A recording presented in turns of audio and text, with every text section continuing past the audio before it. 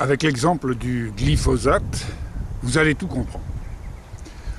Vous avez probablement déjà entendu parler du glyphosate. C'est un désherbant extrêmement performant qui fait gagner beaucoup de temps à nos agriculteurs. Il suffit de pulvériser pour se débarrasser des mauvaises herbes. Le problème étant qu'il est suspecté d'être nocif pour la santé. Donc la prudence voudrait que l'on cesse d'utiliser le glyphosate. Conscients du danger, nos élites gouvernementales voudraient interdire le glyphosate.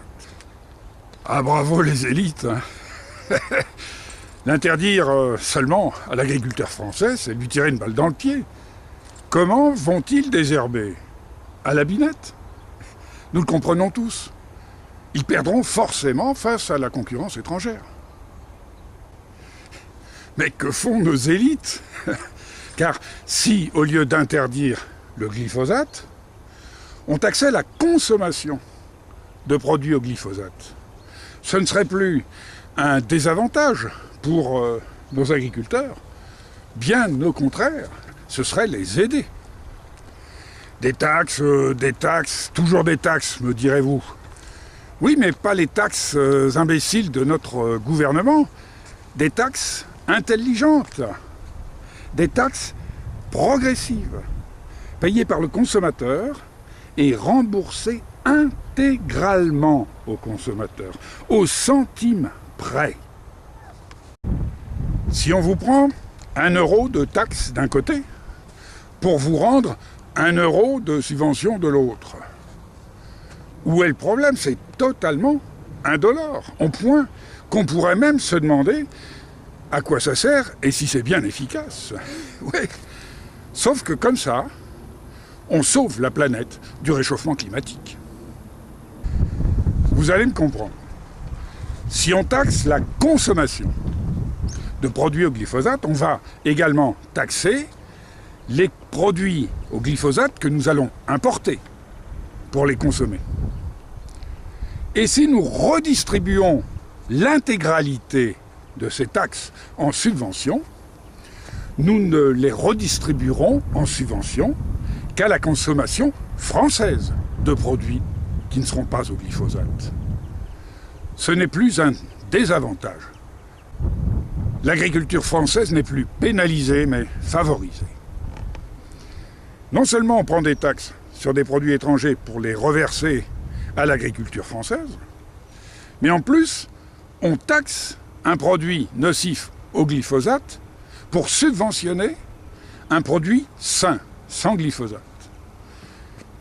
Il est facile de comprendre qu'à la longue, un produit nocif taxé sera plus cher qu'un produit subventionné parce qu'il est sain.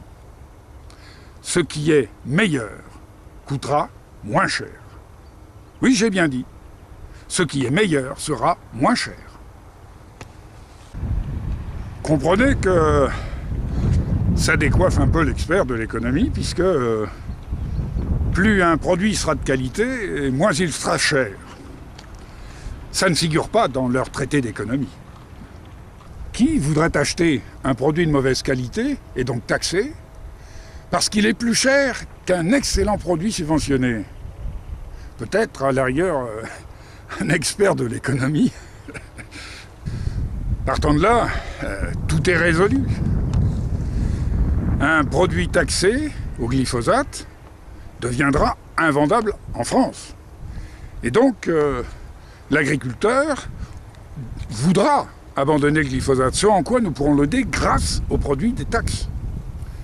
Ou alors, il choisira de continuer avec le glyphosate, mais dans la mesure où ça ne sera pas vendable en France, parce que trop cher, il sera dans l'obligation d'exporter. En exportant vers l'étranger, il augmentera le nombre de produits offerts sur les marchés étrangers. Et donc, le prix baissera. De même que, forcément, la rentabilité. Ce qui dissuadera autant les agriculteurs français qui continuent au glyphosate que les agriculteurs étrangers de continuer à produire avec le glyphosate, puisque ce ne sera plus rentable. De plus, nous taxerons nos importations de produits au glyphosate. Par contre, nos exportations de produits au glyphosate ne subiront aucune taxe.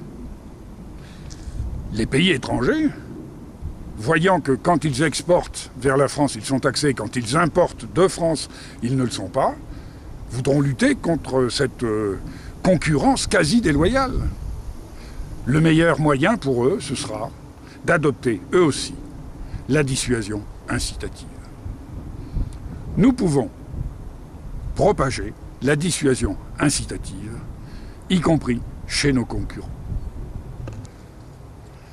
Sachons que l'impact sera colossal, parce qu'une fois que nous aurons démontré avec le glyphosate que la dissuasion incitative marche parfaitement, eh bien, nous pourrons l'appliquer à toutes les autres nuisances environnementales.